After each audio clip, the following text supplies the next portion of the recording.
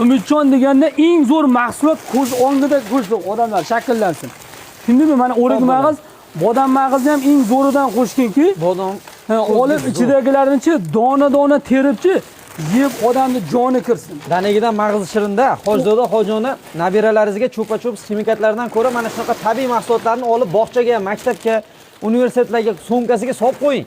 4 dona bo'lsa ham quvvat bo'ladi. Gajelarda zo'rini solib ber. Mana oddiy mayda-chuda narsalar solmagin. Ko'ryapsan, ko'p joylarda eng aslatga oxirgi sortidan tayyorlaydi. Yer yong'og'ini mag'izdan tortib, uzun eng maydasini, kunakisini soladi. Bizda unaqa emas. Tabiiy soyaki mag'izlardan tayyorlaymiz. Anjirda qanaqasini solayotganini ham ko'rsatgan. Bu anjir immunitetingiz o'ynatib yoradi-ku buni. 2 dona anjir bilan kuningiz shunaqa mazmunli o'tadi. Gormonni muvozanatini saqlaydi anjir. Yong'oqlarni qarang. Atayin shu mix uchun maydaladik. Soyaki magiz nima dedi Umidjon? Mana soyaki magiz o'ta go'zal, o'ta janon chiqyapti.